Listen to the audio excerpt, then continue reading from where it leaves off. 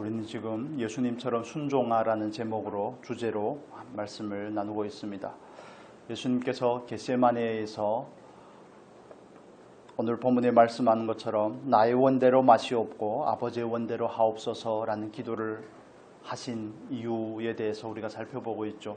즉 예수님께서는 어떻게 하나님의 말씀에 순종을 하셨는가? 예수님께서 순종하신 그 이유 왜에 대한 질문에 대해서 우리는 지금 살펴보고 있습니다. 예수님은 왜 하나님의 뜻에 순종하셨을까? 우리가 보통 하나님의 말씀을 이해함에 있어서 왜라는 질문보다는 어떻게라는 질문에 대해서 많은 관심을 가집니다.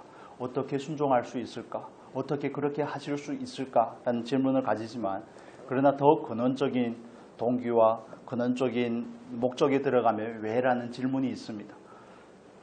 여러분의 삶에서도 왜라는 질문을 스스로에게 해보시면 삶이 더 간단하고 명료해질 겁니다. 목적이 분명해질 겁니다. 내 안에 있는 우리 안에 있는 그 동기가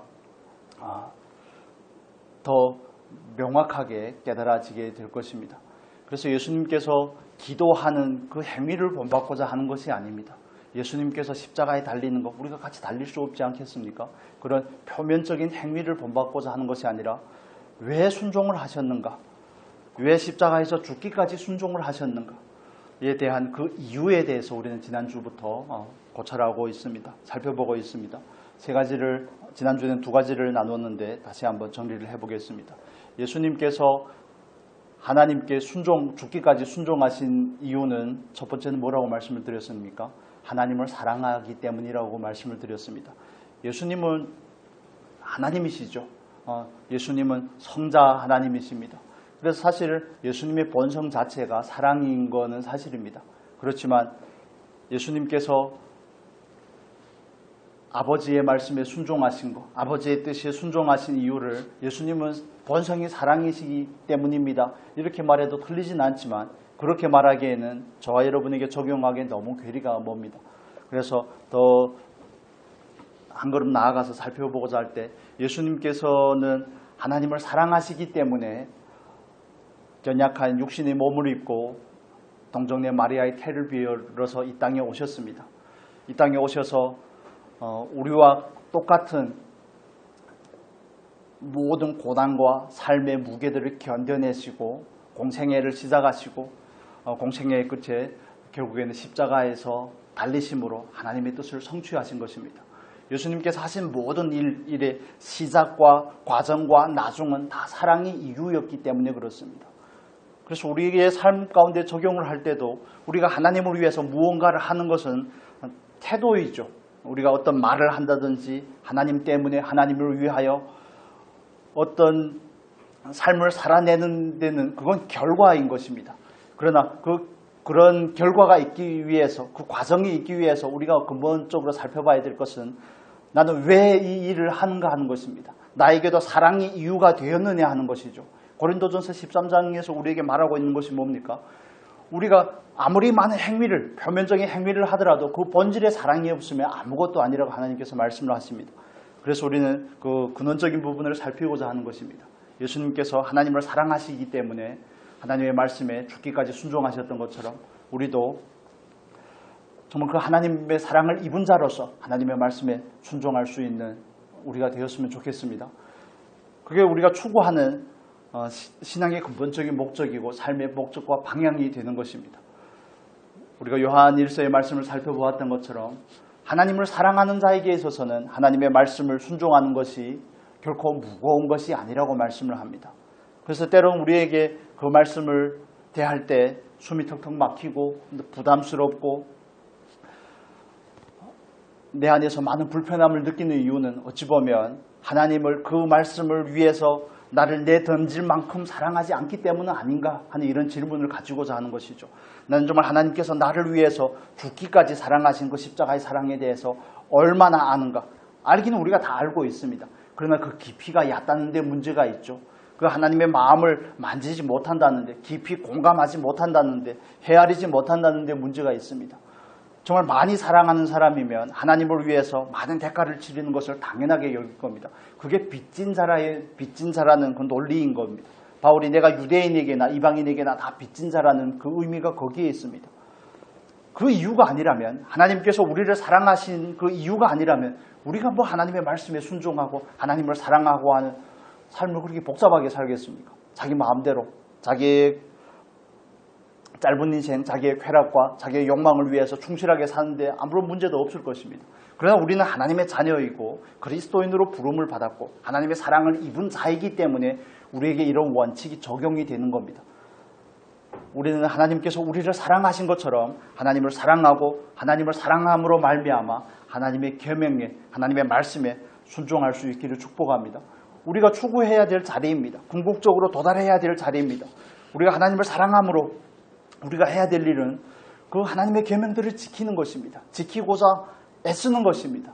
어찌 보면 우리의 삶이 그 과정 가운데서 날마다 그 과정을 반복하다가 하나님의 부름을 받을 수도 있겠지만, 그러나 하나님께서 지키라고 하시니, 사랑하면 말씀을 지키라고 하시니 우리는 그 말씀을 지키고자 하는 것입니다. 때로 말씀을 지킴으로 인해서 억울함을 당할 때도 있습니다.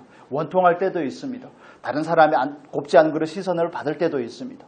때로 말씀을 지키기 위해서 많은 시간과 정력과 때로 많은 대가를 치러야 될 때가 있습니다. 그럼에도 불구하고 우리가 그렇게 하고자 하는 이유가 뭡니까? 말씀에 순종하고자 하는 이유가 무엇입니까? 하나님의 그 사랑을 깨달은 자만이 할 수 있다는 것을 우리는 다시 한번 상기해 봐야 되는 겁니다. 그래서 이렇게 질문을 해보면 좋습니다. 나는 왜 하나님의 말씀에 대해서 순종하기를 싫어하는가? 때론 나는 왜 하나님의 말씀이 그렇게 부담스럽게 여겨지는가, 느껴지는가? 이런 질문을 하면 나와 하나님 사이의 그 사랑의 문제에서 궁극적인 답을 찾게 될 것입니다. 하나님께서 우리에게 사랑하라고 보내신 영혼들을 사랑하지 못하는 것도 마찬가지입니다. 하나님께서 나를 향한 그 사랑에 대해서 깊이 동의되고 그 사랑에 대해서 충분히 설득이 되지 않았기 때문이 이유일 수 있습니다. 그래서 근원적인 부분에서 여러분 꼭 살펴보셨으면 좋겠습니다. 외적인 행위만을 흉내내려고 하는 것이 아닙니다. 우리가 두 번째 주제를 나누었었는데 두 번째 주제는 뭐라고 그랬습니까? 예수님께서 하나님의 말씀에 순종하신 이유는 하나님의 뜻을 이루기 위함이라고 말씀을 드렸습니다. 하나님께서 예수 그리스도를 보내셔서 하나님의 뜻을 이루시는 것, 다른 표현을 하면 예수님께서는 죽기 위해 이 땅에 오셨습니다. 죽기 위해서 이 땅에 오셨고 육신의 몸을 입고 이 땅에 오셨습니다. 그걸 우리는 말씀이 육신이 되었다고 표현을 하죠. 그 모든 공생애와 죽기까지의 순종은 하나님의 뜻을 이루기 위함입니다. 어떤 하나님의 뜻입니까? 예수님께서 이루고자 하셨던 그 하나님의 뜻은 무엇입니까? 창세기 3장 15절의 말씀을 한번 보도록 하겠습니다. 창세기 3장 15절의 말씀.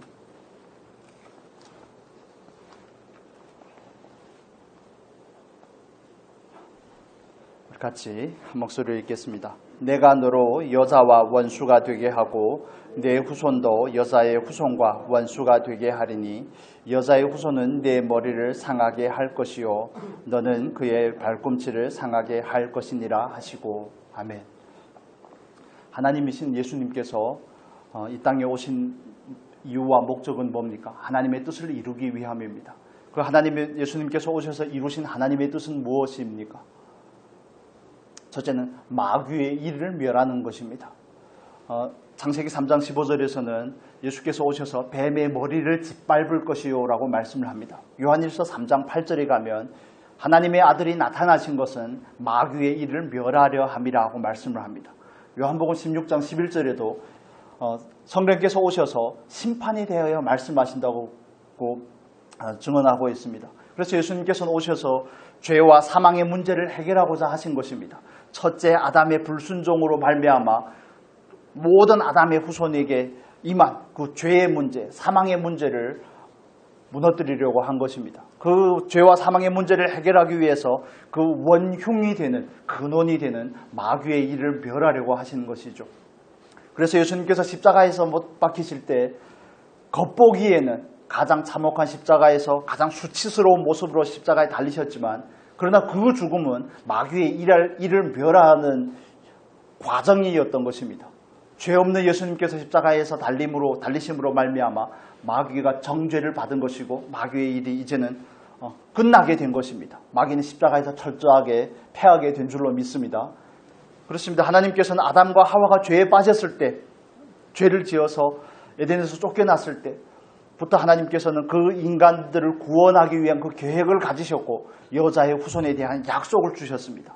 그래서 마가복음 1장 15절에는 때가 참에 예수님께서 오셨다고 말씀을 합니다.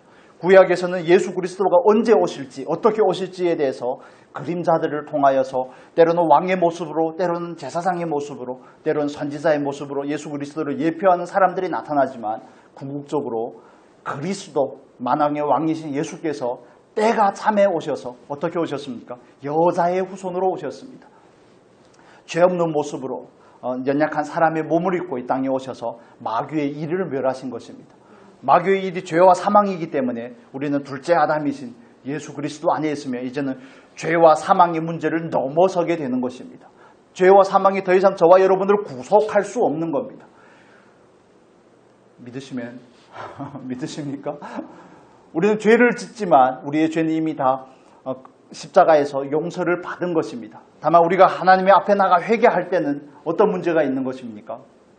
이미 그 용서하심의 은혜를 우리에게로 적용시키는 과정인 것입니다. 예수님께서 십자가에서 과거와 현재와 미래의 모든 죄를 다 용서하신 줄로 믿습니다. 그런데 우리가 십자가 앞에 나아가서 우리의 죄를 회개할 때는 이미 용서하신 그 용서하심을 나의 것으로 적용시키는 것입니다. 그분은, 정말 주님은 그 십자가의 은혜를 우리가 바라고 하나님 앞에 담대히 나아가서 우리의 죄를 자백할 때 하나님은 미쁘시고 의로워서 우리의 모든 죄와 허물을 용서하시는 줄로 믿습니다. 우리는 그 은혜를 입은 자입니다. 그래서 죄가 더 이상 우리에게 사망을 가져다 줄 수는 없습니다. 잠깐의 영향을 미칠 수는 있겠죠. 하나님과 멀어지게 하고 우리 안에 세상의 것들로 가득 차게 하고 우리 안에 육체가 원하는 그런 미움이라든지 교만이라든지 그런 요소들로 인한 영향은 가져다 줄 수 있겠지만 그러나 죄가 우리를 사로잡을 수는 없습니다. 왜냐하면 저와 여러분은 죄에서 이미 해방을 받은 줄로 믿습니다. 자유함을 얻게 된 것입니다. 사망의 문제도 마찬가지입니다. 그리스도인은 죽지만 죽지 않는 것입니다. 나를 믿는 자는 뭐라고요? 영원히 죽지 아니하리라고. 죽어도 살겠고 살아서 나를 믿는 자는 영원히 죽지 아니하리라고 예수님께서 말씀하십니다. 예수님께서 부활이고 생명이시기 때문에 그렇습니다. 그래서 그 사망이, 죽음이, 그 무덤이 예수님을 가둘 수가 없는 것입니다. 그 은혜를, 그 생명을 우리가 받은 것이 아닙니까? 로마서 8장 11절. 로마서 8장 11절의 말씀을 보겠습니다.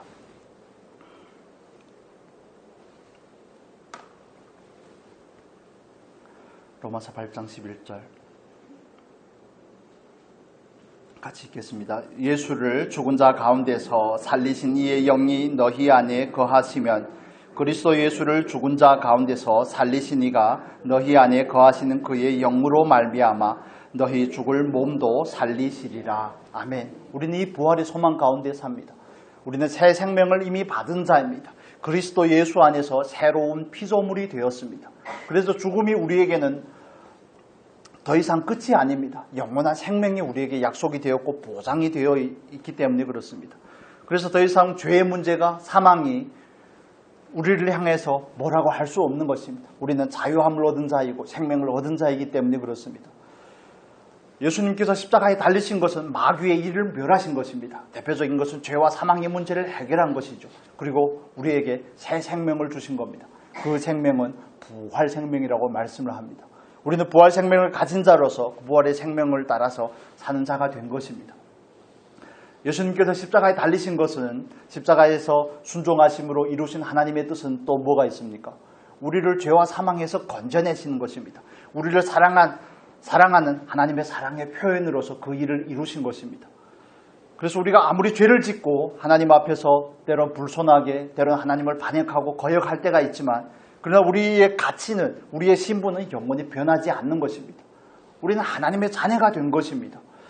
그래서 스스로를 향하여서 너무 자책하지 않으셨으면 좋겠습니다. 우리의 양심이 우리를 고발하고 때론 마귀가 우리 안에서 참소하고 우리를 정죄할 때마다 우리는 정말 우리의 연약함을 인정하고 하나님 앞으로 나와서 겸손하게 우리의 죄를 자백하고 하나님 앞에서 회복하는 은혜를 입으시기를 축복합니다. 그렇습니다. 죄를 지울 수 있습니다. 그러나 그 결과는 우리가 당하지 않는 것이죠. 우리의 연약함 때문에 때로 넘어질 수 있습니다. 그러나 우리에게는 주님이 있습니다. 주님께서 우리를 구원하시기 위해 온갖 죄의 대가를 치르셨기 때문에 우리는 더 이상 죄의 대가를 치르지 않고 주님 앞에 나와서 우리의 죄는 주님에게 전가하고 그분의 의로 옷 입는 우리가 되었으면 좋겠습니다. 그러면 우리 안에서 어두움이 물러가고 사망이 물러갈 것입니다. 우리 안에는 다시 그 희락이, 우리 안에는 다시 그 성령이 샘솟듯 일어나게 될 줄로 믿습니다. 그래서 우리가 하나님 앞에서 구원받은 자로서 그 구원의 은혜를 입은 자로서 마음을 지키며 살아가는 게 그토록 중요한 것입니다. 생명의 근원이 그 마음에서 나기 때문에 그렇습니다. 하나님은 정말 예수 그리스도를 보내셔서 우리를 죄와 사망에서 건져내셨습니다. 우리를 구원하셨습니다. 우리는 진노의 자녀였습니다. 마귀에게 속했습니다. 우리는 이 세상을 살다가 죽어서 태어나서 죽어서 끝나는 인생이었지만 하나님께서 우리를 그리스도 안에서 무엇으로 부른 것입니까? 자녀로 부른 것입니다. 우리를 제사장으로, 우리를 왕으로 부르신 것입니다. 이스라엘 백성을 향하여서 하나님은 뭐라고 말씀하십니까? 너희는 행복자로라 하고 말씀을 하십니다. 저는 그 말씀을 볼 때마다 나는 과연 행복한가? 하나님께서 나를 향하여 행복자라고 하는데 나는 그 신분으로 충분히 행복하다고 느끼는가? 어떤 삶의 결과로 인해서가 아닙니다. 어떤 삶의 결과로 인해서가 아니라 그 어느 백성이 너희처럼 하나님의 여호와의 구원을 맛본 백성이 어디 있느냐라고 말씀하시고 나서 이스라엘아 너는 행복자로라고 말씀을 하십니다. 그렇듯이 나는 좀 하나님께서 나를 구원하셨다는 그 사실만으로 내 안에서 행복이 용솟음쳐 오르는가? 그러지 않고 늘 환경과 느낌과 상황의 영향을 받아서 내 안에서 행복은 온데간데 없고 늘 수심이 가득하고 근심과 염려가 나를 사로잡고 하나님을 향해서 정말 내 마음을 들이지 못하고 기도의 자리에 나가 그분을 의지하지 못하고 오히려 이 세상의 온갖 십자가는 내가 다 지고 가는 것처럼 그렇게 반응하며 내 마음을 지키지 못하며 사는 것은 아닌지 우리가 살펴볼 필요가 있습니다. 예수님께서 이 땅에 오신 이유는 마귀의 일을 멸하시는 것이고 그 마귀의 일을 멸함과 동시에 저와 여러분을 죄와 사망에서 건지시는 일이었음을 우리는 성경을 통하여서 확인할 수 있습니다. 우리 요한복음의 말씀을 한번 보도록 하겠습니다. 잘 아는 말씀인데 우리 한번 정리하는 차원에서 한번 보겠습니다. 요한복음 3장 16절에서 18절까지 같이 읽겠습니다. 요한복음 3장 16절에서 18절 같이 읽겠습니다. 하나님이 세상을 이처럼 사랑하사 독생자를 주셨으니 이는 그를 믿는 자마다 멸망하지 않고 영생을 얻게 하려 하심이라. 하나님이 그 아들을 세상에 보내신 것은 세상을 심판하려 하심이 아니요 그로 말미암아 세상이 구원을 받게 하려 하심이라. 그를 믿는 자는 심판을 받지 아니하는 것이요 믿지 아니하는 자는 하나님의 독생자의 이름을 믿지 아니하므로 벌써 심판을 받은 것이니라. 아멘. 하나님이 그 아들을 세상에 보내신 것은 세상을 심판하려 하심이 아니요 라고 말씀을 합니다. 그로 말미암아 세상이 구원을 받게 하려 함이라고 우리에게 증언하고 있습니다. 그렇습니다. 하나님께서 예수님을 보내셔서 예수님께서는 그 하나님의 말씀에 죽기까지 순종하셨습니다. 사랑하기 때문에, 하나님을 사랑하기 때문에 순종하셨습니다. 하나님의 뜻을 이루기 위해서 순종하셨습니다. 그 하나님의 뜻을 이루는 구체적인 두 가지를 말씀을 드렸습니다. 마귀의 일을 멸하고 또 저와 여러분을 죄와 사망에서 건지시는 일입니다. 이 두 가지는 같이 맞물려 돌아가는 것이죠. 그리고 한 가지, 예수님의 공생애를 통하여서 예수님께서는 하나님의 뜻을 이루는 것을 가장 중요한 삶의 목적으로 삼으셨음에 대해서 우리가 세 번째 작은 주제로 살펴보려고 합니다.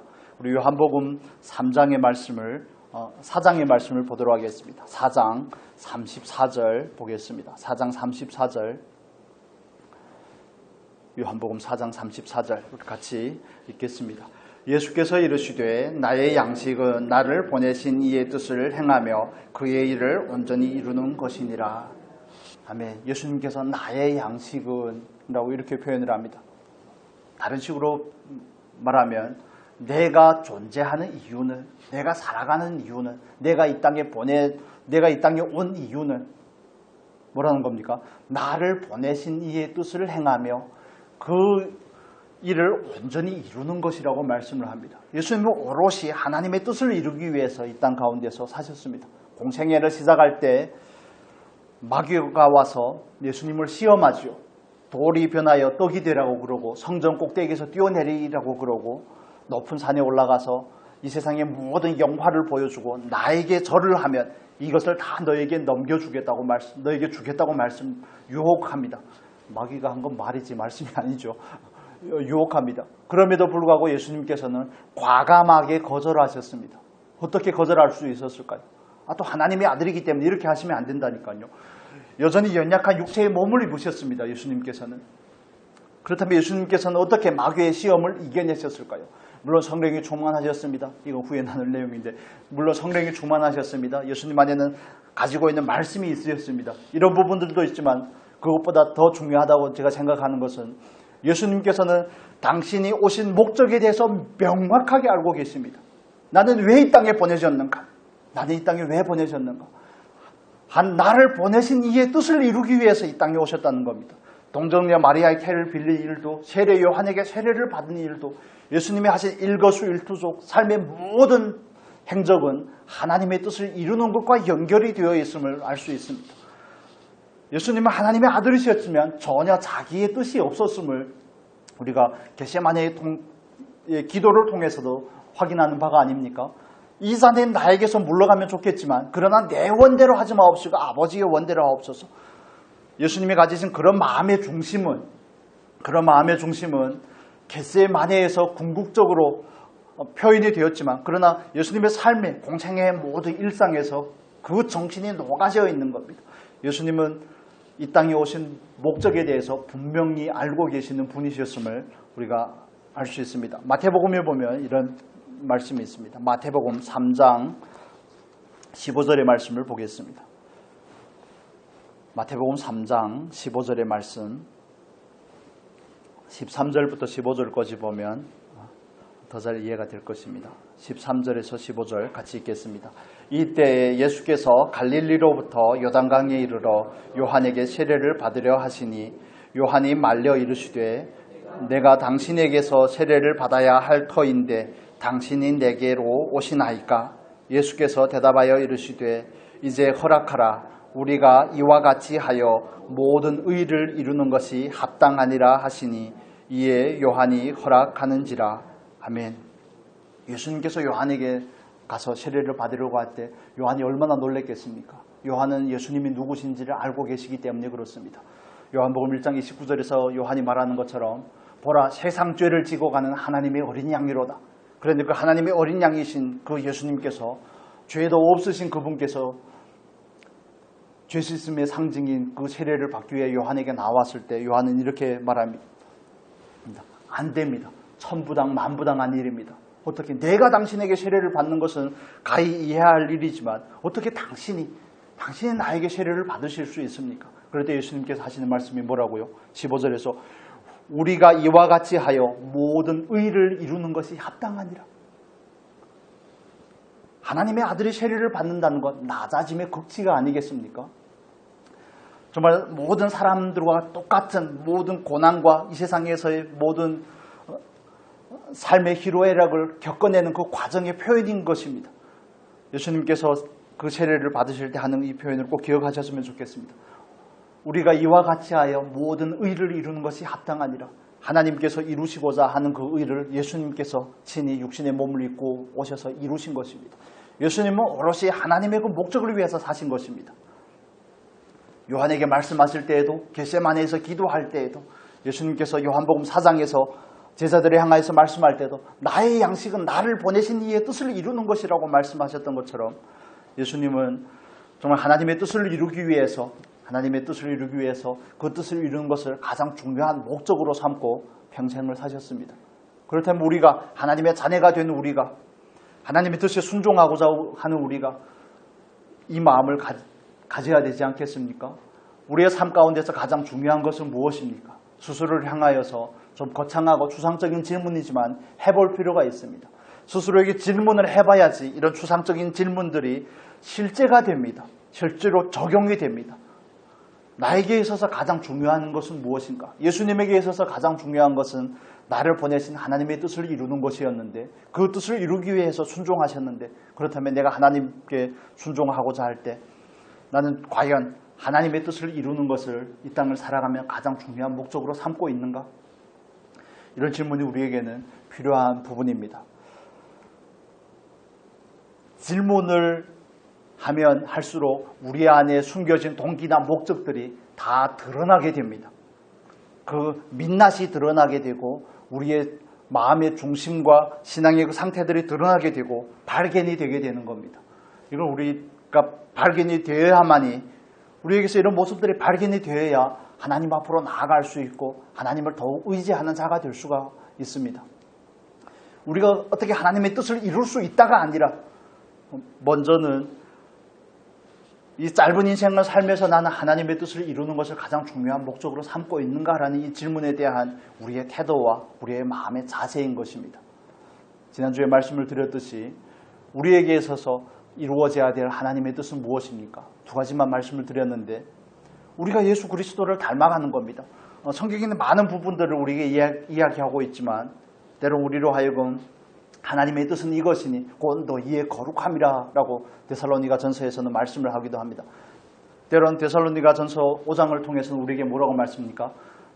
항상 기뻐하라, 쉬지 말고 기도하라, 범사에 감사하라. 순서가 바뀌었죠. 이것이 너희를 향한 그리스도 안에서 하나님께서 우리를 향한 뜻이라고 말씀합니다. 물론 이런 부차적인 부분들이 있지만 우리를 향한 하나님의 뜻이 우리의 삶에 이루어지기 위해서 우리는 그 부분에 대해서 바른 이해를 가지고 있어야 됩니다. 지식이 있어야 된다는 겁니다. 말씀에 대한 지식. 하나님께서 나를 왜 이 땅에 보내셨는가? 하나님의 뜻을 이루기 위함이라면 하나님께서 우리에게 이루어지기를 원하는 뜻이 무엇인지 우리가 그리스도를 닮아가는 것이 아니겠습니까? 하나님의 맏아들 되신 예수 그리스도의 형상을 본받는 것입니다. 예수님의 형상을 본받는 것이 저와 여러분이 이 세상을 살아가면서 이루어야 될 중요한 하나님의 뜻입니다. 그 형상을 본받는 과정 가운데서 우리는 많은 경험들을 하게 될 겁니다.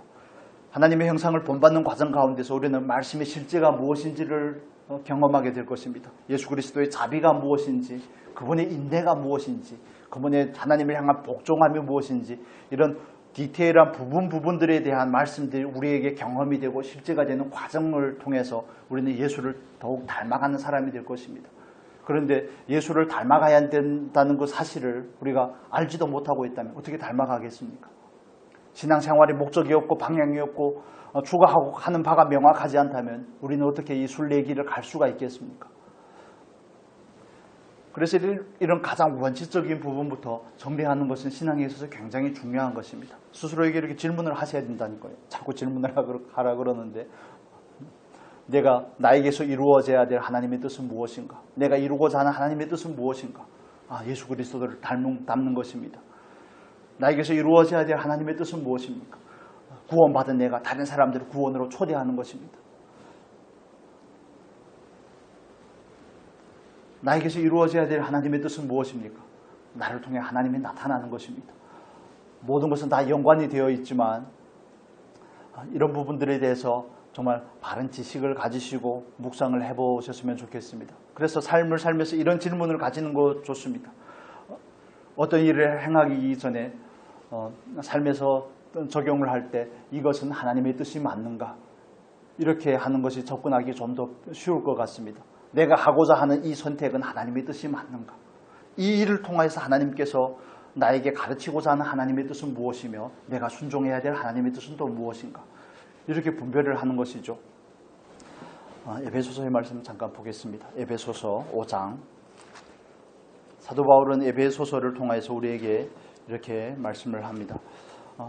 5장 18절에 우리 17절부터 보겠습니다. 16절부터 보겠습니다. 16절부터 17절까지만 보겠습니다.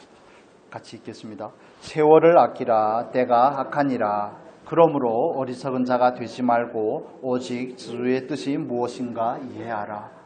이 악한 시대를 살아가면서 우리에게 중요한 것은 뭐라는 겁니까? 오직 주의 뜻이 무엇인가를 이해하라는 겁니다. 왜 그랬을까요? 왜 사도 바울은 왜 이렇게 권면을 합니까? 우리에게 있어서 가장 중요한 것이 주님의 뜻이 이루어지는 것이기 때문에 그렇습니다. 그래서 우리도 좀 예수님께서 그러셨듯이 그걸 삶에서 가장 중요한 목적으로 삼는 은혜가 있었으면 좋겠습니다. 그 부분이 온전히 동의가 되었으면 좋겠습니다.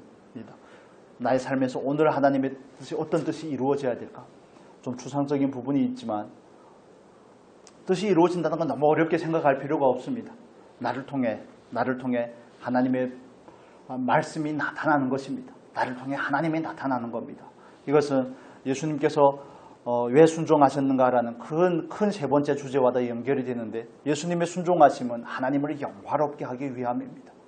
그래서 이 모든 것이 연결이 되는 것입니다. 예수님께서 왜 순종하셨는가? 사랑하기 때문이라고 말씀을 드렸죠. 사랑하는 것은 순종하는 원인이라면 하나님의 뜻을 이루기 위해서 순종하셨다고 말할 때 그 두 번째 주제는 예수님께서 행하신 그 과정입니다. 구체적인 실천이었습니다.